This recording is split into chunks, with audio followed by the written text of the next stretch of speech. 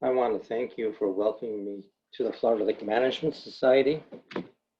This is January 8th, 2021. So pleased to be honored to come here and speak to you. I've been a member of the North American Lake Management Society since 1992 and a member of Florida Lake Management Society off and on through the years.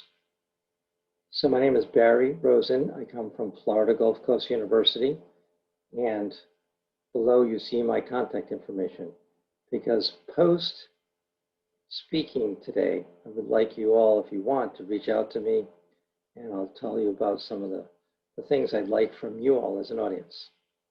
I'm going to talk to you about cyanobacteria, the blooms, ecological effects, and potential human effects.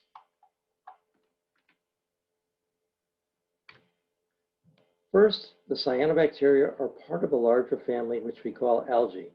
Algae is not a taxonomic classification, but the thing that unites all these organisms that have their boxes colorized is that they contain chlorophyll A.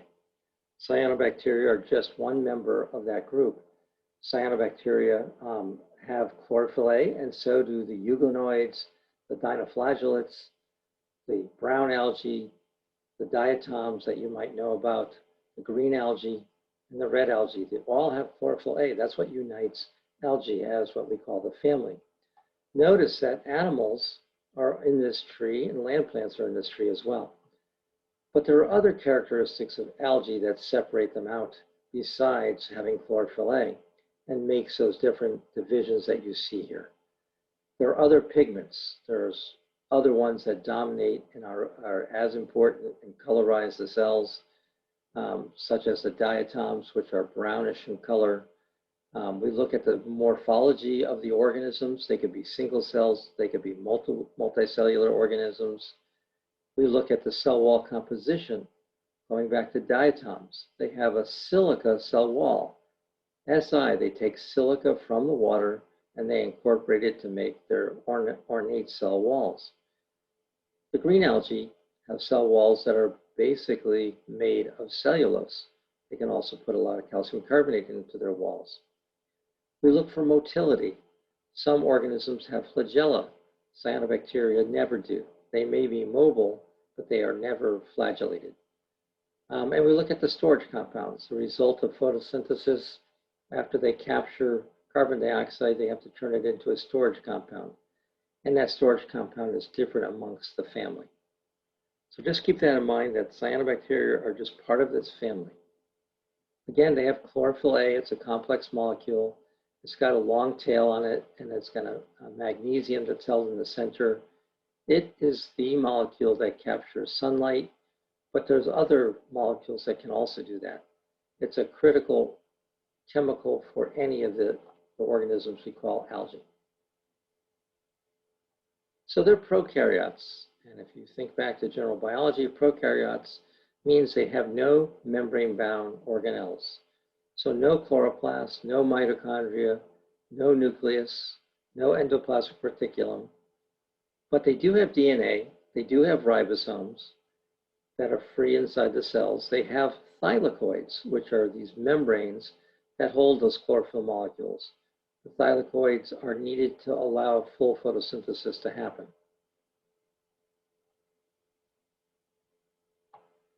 Gram-negative is what they are, gram-negative bacteria. Think back to your microbiology days where you actually stained bacteria and they had a certain type of cell wall structure which made them a gram-negative versus a gram-positive organism.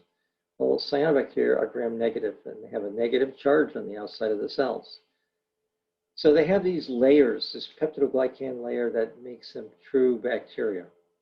There's no other way to put it. And then the thylakoids are off here. You can see on the right, this stack of thylakoids here loosely stacked together with an internal central part, which is again an important part of photosynthesis.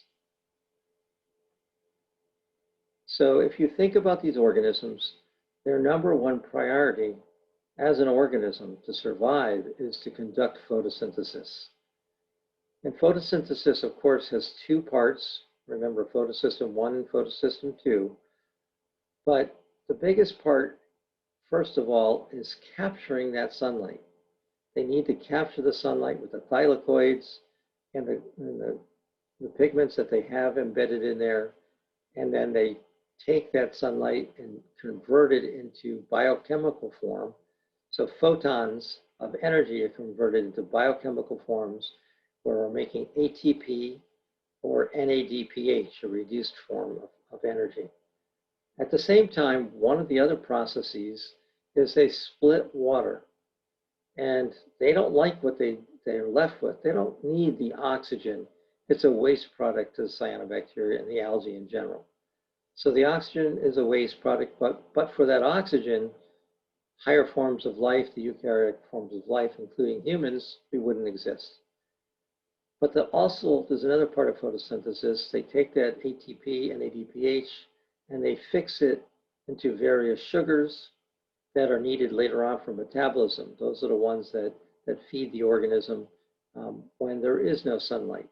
And there's metabolism going on day and night, and those sugars are needed for that. So capturing sunlight is critical to the organisms. They have chlorophyll A, of course, but they have phycocyanin. That's that blue color that you see. And they have phycoerythrin, like red blood cells, which is that red color that you often see. They have beta carotene, zeaxanthin, etc., other carotenoids. Now, the phycocyanin and phycoerythrin are held in something called the phycobilisome. And it's something you can actually see. It's a structure you can see under the transmission electron microscope. But it's a combination of those pigments that capture sunlight down the water column. So the lights that penetrate the deepest, the shortest wavelength, the blue, the phycocyanin, absorbs at 650 nanometers, and so on all the way down to chlorophyll at 685 nanometers. This array of pigment types actually allow them to capture light and be very successful. And as cells get more crowded and more dense, there's different kinds of light quality reaching those cells. And of course, these pigments allow some very spectacular views. This is on the left, Morning Glory Pool in Yellowstone National Park, and the colors are due to cyanobacteria and the pigments they contain. So you want to capture light, capture it well, you have this array of photopigments. You can actually visualize this very nicely under the light microscope, illuminated with epifluorescence, where you're basically exciting the cells at one wavelength. These images I took are lit up with ultraviolet light, and you can see the fluorescence that's given off after they've been excited. The reddish color is chlorophyll, and here you see a pinkish one down here. This is a schizothrix. These are from the Everglades, by the way. And on the right, you see a colony with orange cells and red cells in it. And I want to point out what that means. That means these cells are in a different physiological state. By just looking at the pigments, we see there's a different physiological state going on within the single colony. So it's an important thing to look at. These are not stained. These are colonies from a sample lit up with ultraviolet light. So oxygen production. It's really important to understand that cyanobacteria were the first oxygen producers on Earth. About 3.5 billion years ago, the first cyanobacteria came about. Before that, of course, there was life on Earth, but not oxygen production.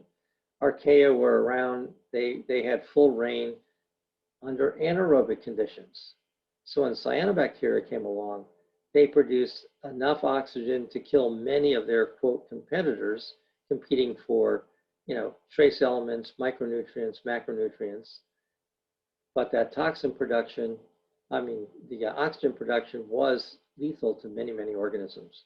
It led to what's called the Great Oxidation Event 2.4 billion years ago, where the whole Earth kind of oxidized or rusted. And there's some cool NOAA shows that show that, they picture how that happened. The first eukaryotic organisms came about. They took in organelles from prokaryotes, including the cyanobacteria. If you're going to lead to a plant, then you needed to bring in something that could do photosynthesis, and that's the cyanobacteria. So that's kind of the story, that chlorophyll A evolved a long time ago, and photosynthesis happened. But look at toxin production. Toxin production At least from microcystin, looking back genetically, we can tell that it's about 2.1 to 2.2 billion years ago. So this toxin production happened long before most of eukaryotic life happened, certainly before there was any multicellular organisms. They didn't make microcystin to go after humans or other animal life. As a matter of fact, the functions of these toxins, like microcystin, we are just beginning to understand some of them. Yeah, some of them might be allelopathic, some of them might be storage compounds, they're antioxidants. There are probably multiple reasons why this energy expensive compound is made for it to survive so long evolutionarily and have it to show up across all, many different groups of cyanobacteria. So it's an ancient compound. It's been around for a long, long time.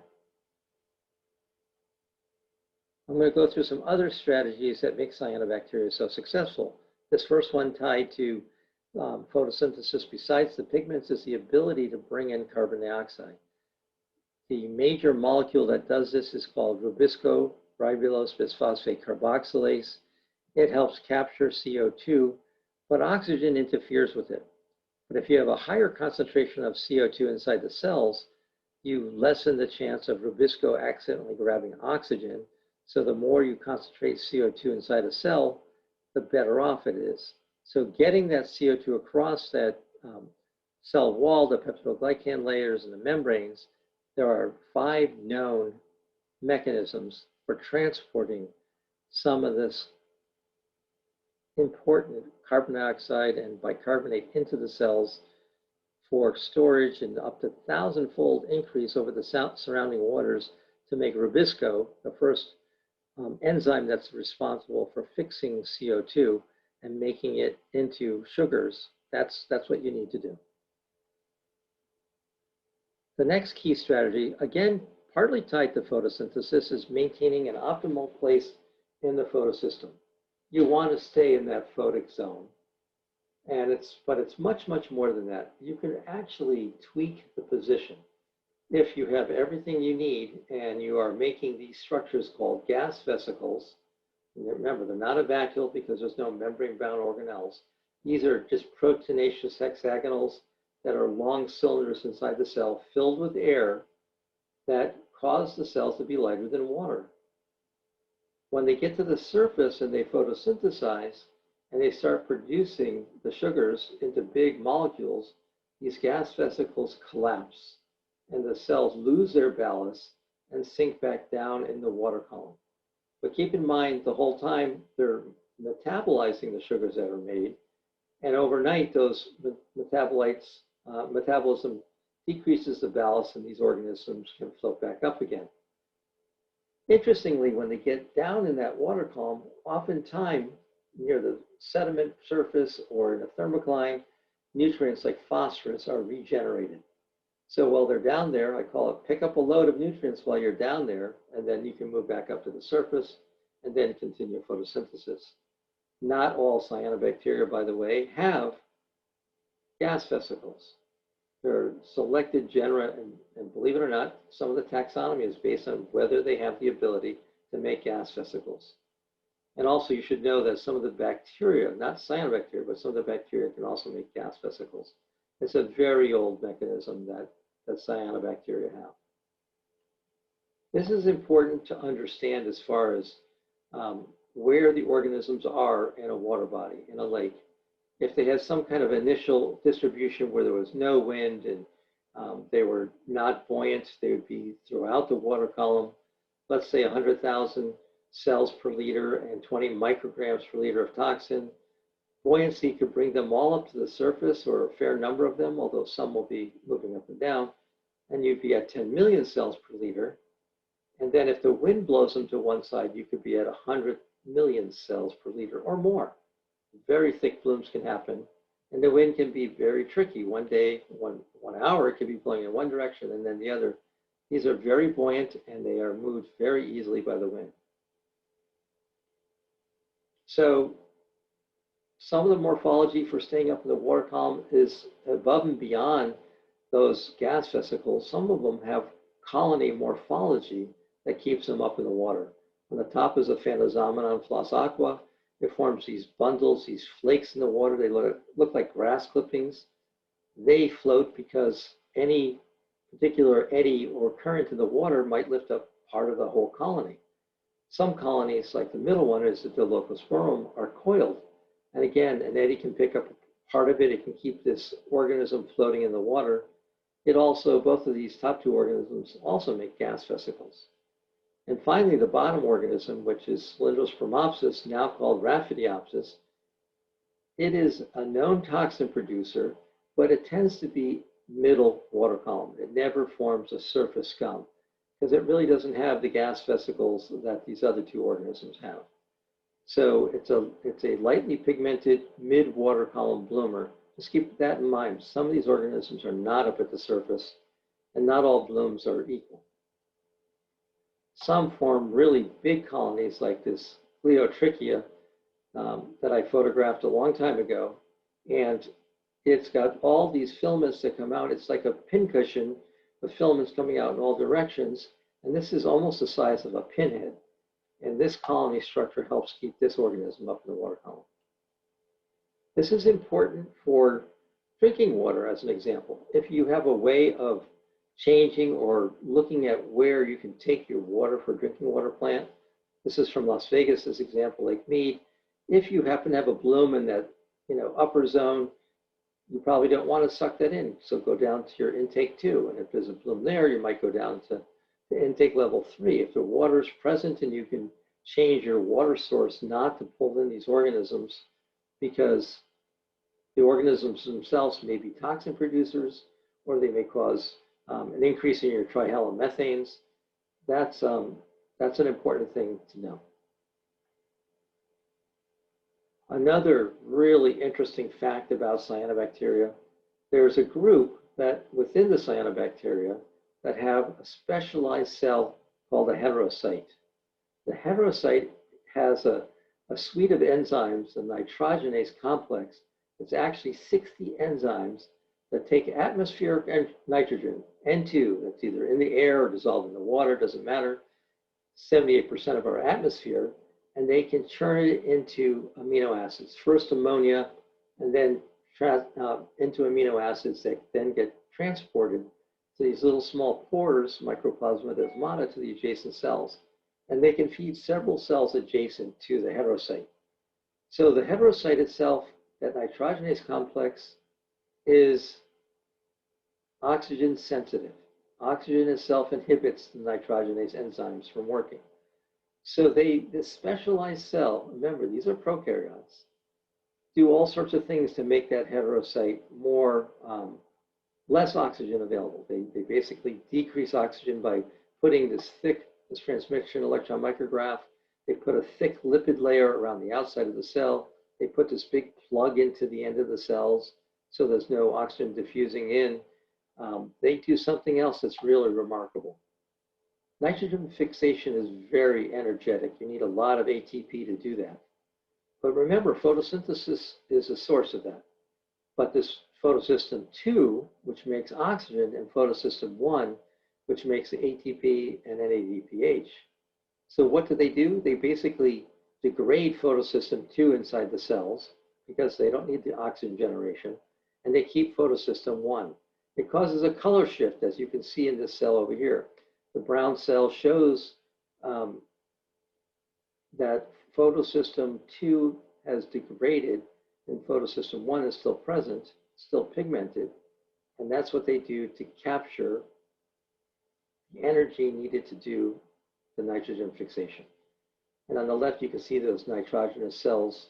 The heterocytes have a different outer layer, thanks to Hans Perl. This image shows you that they look different, and look at the regular bacteria attached to the heterocyte because they pick up any nitrogen that might be leaking out of those cells.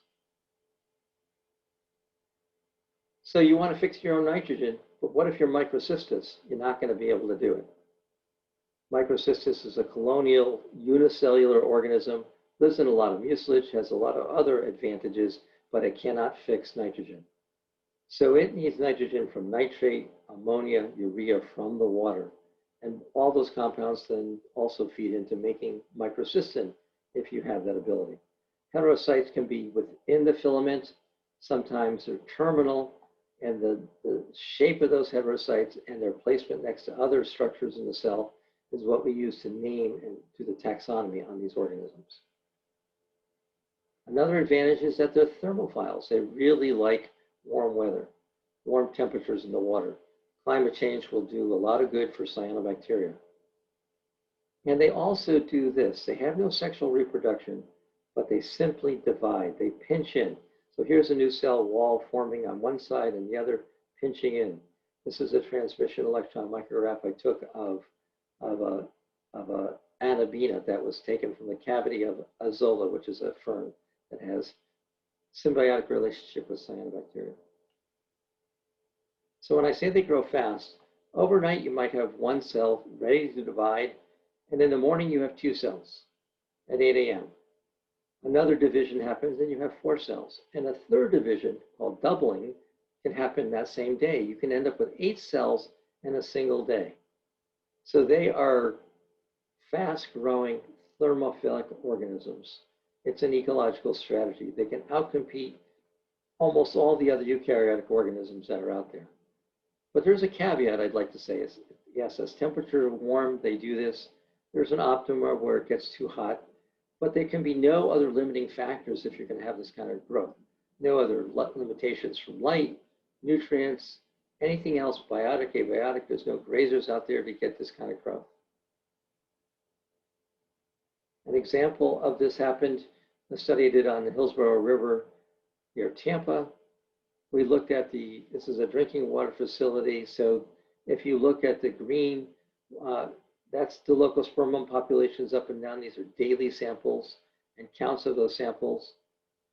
It's number of filaments per milliliter. And on the left, you can see how temperature was moving up and down. And you can see more or less a relationship. As temperatures were warming, so was the Leucospermum population. But as a drinking water facility and a heavy taste and odor issue with this Leucospermum, it makes a lot of geosmin. Copper sulfate application was used to try to control this organism and reduce that population. And they would do a pretty heavy dose to keep that population down. But control is a different talk, not this talk. Other mechanisms that cyanobacteria use that you should know about is called luxuriant nutrient uptake. Uptake and storage of excess nutrients when they're available. If phosphorus is around, they can take up to 10 times what they need for future growth. So there can be 10 more divisions after they've taken up this phosphorus. Phosphorus becomes limiting out there. It doesn't matter. I've got a storage of phosphorus inside my cells. This polyphosphate body can then be cleaved and the phosphorus molecules removed. It can store other minerals, elements rather, that are needed for photosynthesis and respiration. So they can be very successful even when nutrients, peter out for a while. They also make a fair amount of extracellular polysaccharide, also known as sheath or mucilage. So this organism on the left from the Everglades, it does it because they can tolerate a lot of desiccation. There's periods when the Everglades dries out. This organism, a Phanerothece, is very happy. It doesn't mind at all. Down below, you see a picture of Gliotrichia I showed you earlier. Look at the amount of sheath surrounding each of these filaments. This is a cross-section of the filaments with transmission electron micrograph. And on the right, again, from the Everglades, here the red, pink cells are all a filament of Schizothrix, and the sheath is what they live in. Again, it helps them tolerate desiccation. It helps them, prevention from grazing and other factors. And finally, the morphology can also help organisms from being eaten. Daphnia come along, they encounter this big bundle of, or fascicle of a Phanozomenon. It says, I don't even know where to begin. How can I eat something that large? These are macroscopic. And the same thing on the left. This is Microcystis wessenbergii. It produces so much mucilage. They don't know that there's good stuff to eat, highly proteinaceous inside compared to the outside. So they're not going to ingest much of this. It's too energetic to get through to the good stuff inside. So although we anthropomorphize the different things that we think are going on with cyanobacteria, that's just the tip of the iceberg. We only know of some of these ecological strategies, and I've only touched on some of them that I know about. So I'm going to switch gears and talk about how to recognize a bloom and what to do with it. So first of all, Gliotrichia ecanulata on the left looks like this. They're little pincushions. This is with my iPhone, and I can almost tell you with certainty when I see Gliotrichia in the sample.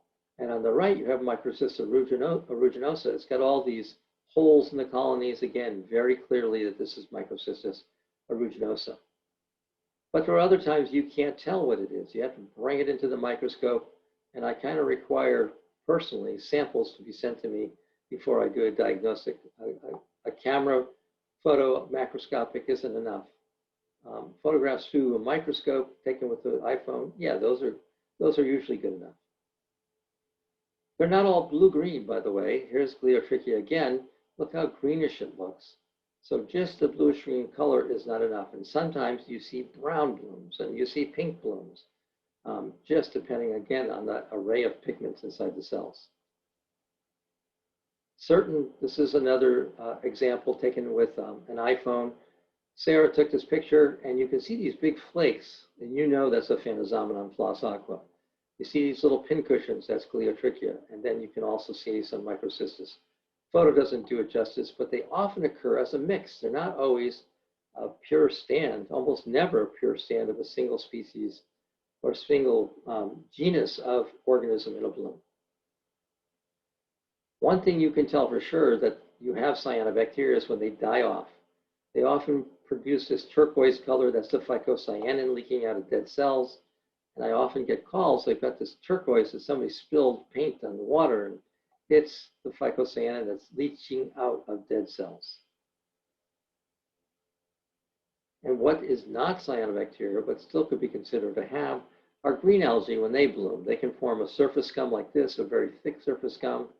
Oftentimes, they too indicate that there's abundant nutrients present, and they will compete for nutrients with cyanobacteria, but they tend not to produce any kind of toxin to be concerned about. They, just like the cyanobacteria, can cause low dissolved oxygen, and that low dissolved oxygen is what leads to fish kills with either type. That's what cyanobacteria do most. When it causes a fish kill, it's low dissolved oxygen over a wide area, and the fish can't escape. So now I'm going to talk quickly about a study that my colleague Joe Lopez and myself, Joe from Nova Southeastern, at the time I was USGS and moved over to Florida Gulf Coast University a year and a half ago. And my postdoc at that point was Vivian Mazzi, who's up in Orlando, USGS, and Lauren, who's down with Joe down in Nova Southeastern. And also Florida Gulf Coast University was involved in this. Corps of Engineers funded the Aquatic Nuisance Species Program, funded us to try to understand this phenomenon. Lake Okeechobee had a huge bloom in 2018. There was almost nothing from satellite imagery on June 12th. Fast forward 8 days, you can see the population. Don't forget, this lake is 30 miles across and 33 miles by that, so NOAA's satellite imagery works really well on it, and you can see the progression in this 2-week time frame in June that shows how the cells massively increased and grew and actually started making their way down the Caloosahatchee River system. So this phenomena, with the Corps needing to make a regulatory release when the lake gets too high and the integrity of the dike gets threatened, they have to release the water. And what if there's a bloom in it? So they came to us and said, what can you tell us about the blooms of Lake Okeechobee? And we said, oh, have we got a study for you? One that Joe and I have been pushing for a long time. And this is what we came up with. Working with the South Florida Water Management District, FDEP, the Corps in Jacksonville, the Corps Research Center out of Vicksburg, Mississippi, we came up with this great scheme. There's 17 sites the Water Management District collects monthly from the lake. They said they'd be willing to collect those samples and ship them to me. Those 17 sites, we added 2 others at the mouth of the St. Lucie and the mouth of the Caloosahatchee, and also the farthest point downstream on the Caloosahatchee before free-flowing to the Caloosahatchee Estuary and downstream on the St. Lucie, same thing at S80. We said we wanted to do metagenomics on these samples. Metagenomics was going to get us the full array of organisms, bacteria, cyanobacteria, algae, any zooplankton, anything in there, all the genes extracted from these 17 sites on a monthly basis, and actually 21 sites. We wanted to do metagenomics. Who's there? The physical and chemical parameters can then be, that's the metadata that we can work with to understand what's going on with the organisms. We did isolation and culturing. We did cyanotoxin gene testing, toxin testing, species ID, and quantification. And it's still going on. It's a 3-year study. Year 2 just completed. Year 3 starts in March. So the concept behind this is that all these organisms exist in the water. And I'll give you an example. I get samples year-round from the lake, and Microcystis aeruginosa is in the water year-round. It's rare in the wintertime, but it gets triggered by certain things which we're trying to understand when the conditions are right and becomes a dominant bloom organism, outcompeting everybody else. Understanding that trigger, adding a limiting factor is one way to think about it. You're adding something that rare organism becomes more common. But I would say, after thinking about this more carefully, I would say it's a combination of factors. Yes, limiting factor might be it, but there are probably several factors that allow a organism like Microcystis to bloom and dominate. Besides the fact that it has these strategies, it has to compete with the other organisms. And something must be happening that allows it to bloom. And it doesn't bloom every year. And it doesn't bloom large scale every year. And 18 and 19, the blooms weren't that bad in Lake Okeechobee. Of course, we were funded to study it those years. It makes sense why the bloom. So that's the idea. If you fund it, the bloom won't happen. So keep that in mind if you want to fund some of my research. So you have daily, weekly, monthly, seasonal, all these forcing functions, temperature, light, quantity and quality, rainfall, with its nutrient load. All these things are out there, and the organisms are responding. You know, I wish it was as simple as one thing, silver bullet, understand it. It's not the case. Each organism will have its optimum rate for each individual nutrient, for each individual factor, which allows it to become a dominant. That's why, you know, something like metagenomics, where you're looking at all the genes that are out there, is really important. And again, you're going from a threshold concentration of surviving into wanting to bloom.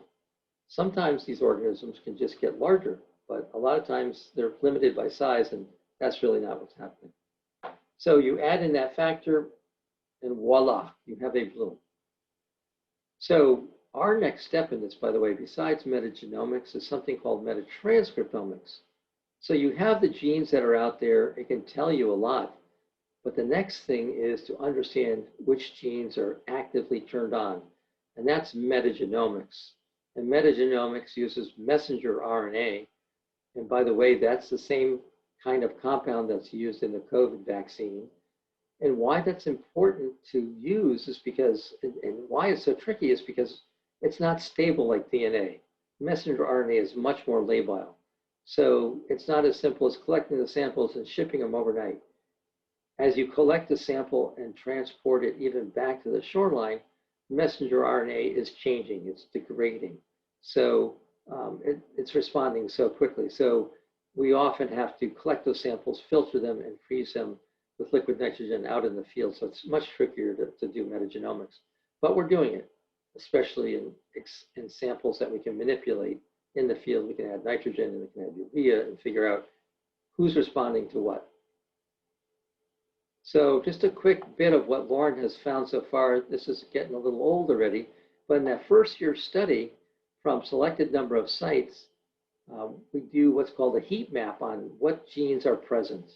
And the heat map on the species aspect of that, who's in the gene bank is one thing, but also, so here's Microcystis across the top. You can see it's there, and the coloration tells you how many genes are there, basically. And the orange is being the brightest. But look at the rows that show you the phytoplankton, the picocyanobacteria in Lake Okeechobee. We have Synechoconchus, we have Synobium, 2 species of synovium. They're in there nonstop, constant, and perhaps even competing with microcystis. Here's the Leucospermum, formerly Anabina. They're all out there, but look at the picocyanobacteria. Again, this was 2019, the year we kind of didn't have much of a bloom out there. And we are trying to explore by looking at all the other genes we found in these samples to figure out, was there some kind of negative influence of these organisms, and kind of set up future experiments. Switching gears again, cyanobacteria, we know, can make cyanotoxins. We call them that. To them, they call them storage compound. They call them antioxidants. They call them anything.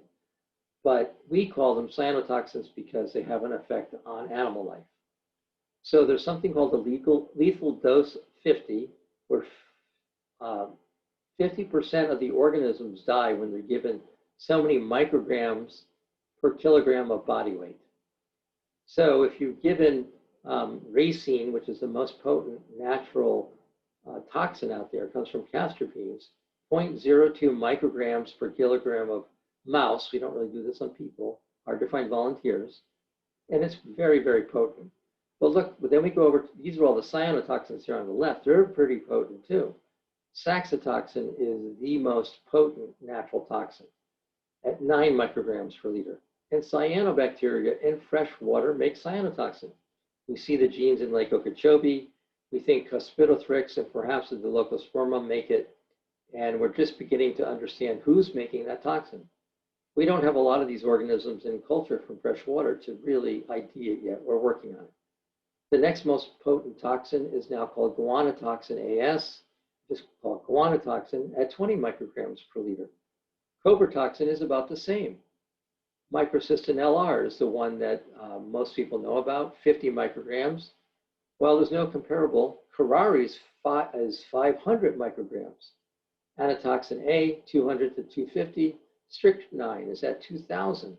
And then nodularians, closely related to microcystin, at 50, and cylindrospermopsin. But the big thing to take home on this is that how you get this into your body. You really need to ingest it, and for experiments, we can do direct dosing, we can force it down. Anyways, you can inject it into the peritoneum of a mouse and look for effects of these toxins. Little has been done so far, speaking of which, on inhalation. You know, what kind of concentration is in the air?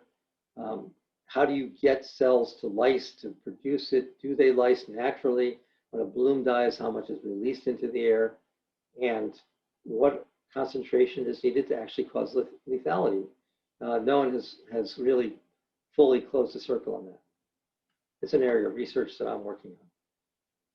So there's basically 4 groups that I'm going to talk about here. The hepatotoxins, which are basically liver toxins. There's the neurotoxins, which are nerve toxins. The dermatotoxins, which are skin toxins. And BMAA, which is its own group that we're still beginning to understand. The microcystins, there's like 250 variants of microcystins, and the nodularians, again, closely related. And I'm going to talk about most of these individually.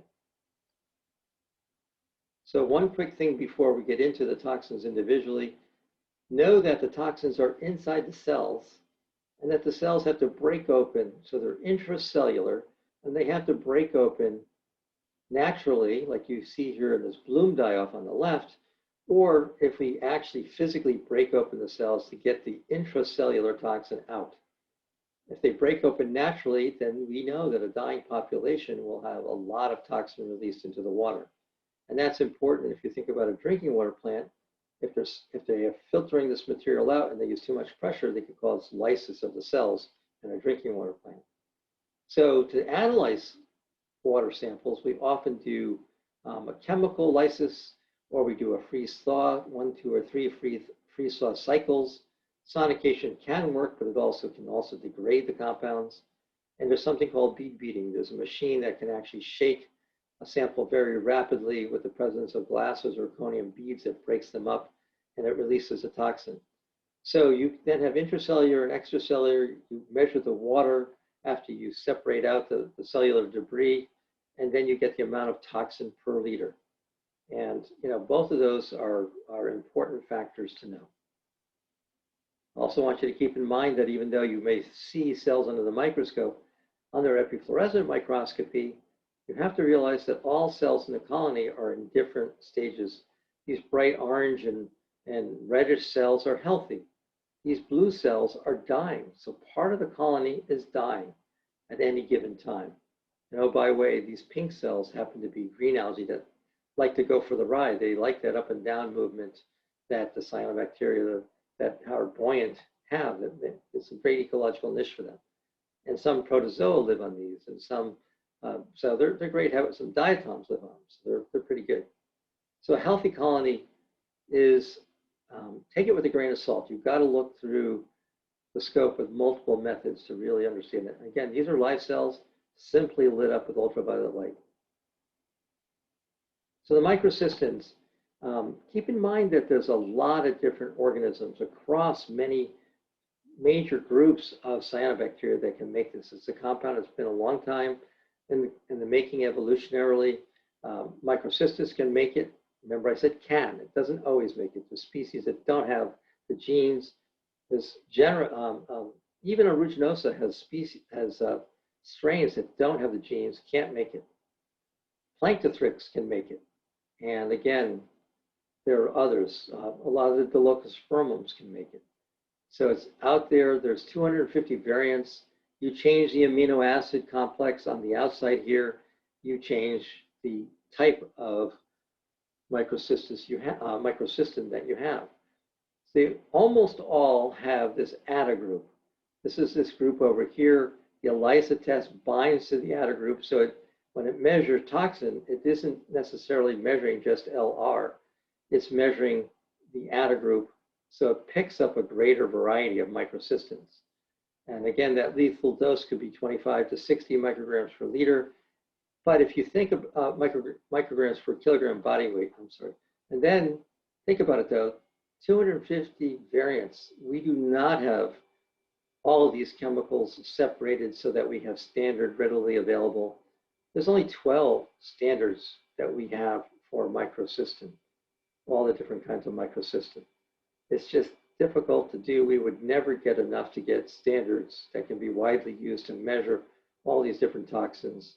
So it's difficult. The broadest measure, of course, is to use the ELISA test. The microcystins are called fast death factor. And this is why.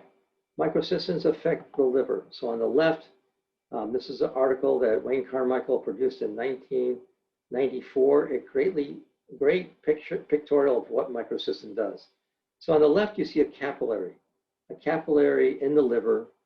Capillaries are single cell thickness, and the structure of a capillary, the structure of our cells is held together by microtubules. Well, microcystin interferes with microtubules. So on the right, you see a damaged capillary, and the cells pull apart from one another, allowing blood to seep out and creeping into the liver tissue. And if you do a necropsy, you see a bloody liver. And it's a sure sign that you've been have a microcystin effect. They've been intoxicated and most likely killed because of if you're doing a necropsy, of course, it's a dead animal. Hard to get human volunteers for this. So because of that, EPA promulgated drinking water guidelines. These are not regulations, these are guidelines. They said that children younger than school age shouldn't be exposed to more than 0.3 micrograms per liter of microcystin over a 10-day period. And they also added cylindrospermopsin, 0.7 micrograms per liter. But if you're older, you can be exposed to 1.6 micrograms per liter and 3 micrograms per liter of cylindrospermopsin. These were promulgated as guidelines in 2015 after the incident in Toledo on Lake Erie. The question I have to think about is like, okay, so at the tap, which of these two numbers should you shoot for? Well, you don't know who's in the household, so you have to go with the more conservative number. Along those same lines, recreational guidelines were developed. We're talking about 2019. Recreation means drinking water. It's not drinking water. It's you're at the edge of a lake. You're water skiing. You're fishing, potentially falling into the water. a child playing in the water. The concentration is 8 micrograms per liter of microcystin and 15 micrograms per liter of cylindrospermopsin, all age groups, but it's also an instantaneous exposure. And you'll see water bodies posted. Sometimes just the presence of blue-green algae is enough because no one has taken the time or hasn't been able to measure these compounds yet. And abundance of caution is needed. Greg Boyer provided the image on the right and basically said, you can't tell looking under the microscope whether toxins are being produced. So that's the point. You can tell the organisms. On the left, I've got a ruginosa. On the right, I have a ruginosa and Wessenbergii and some other organisms, but I can't tell you just by looking through the microscope if these are toxin producing. I can tell you there's potential, but I can't tell you that they're making toxin. It's not a microscopic thing. Moving on, cylindrospermopsin, just briefly, it's an alkaloid toxin.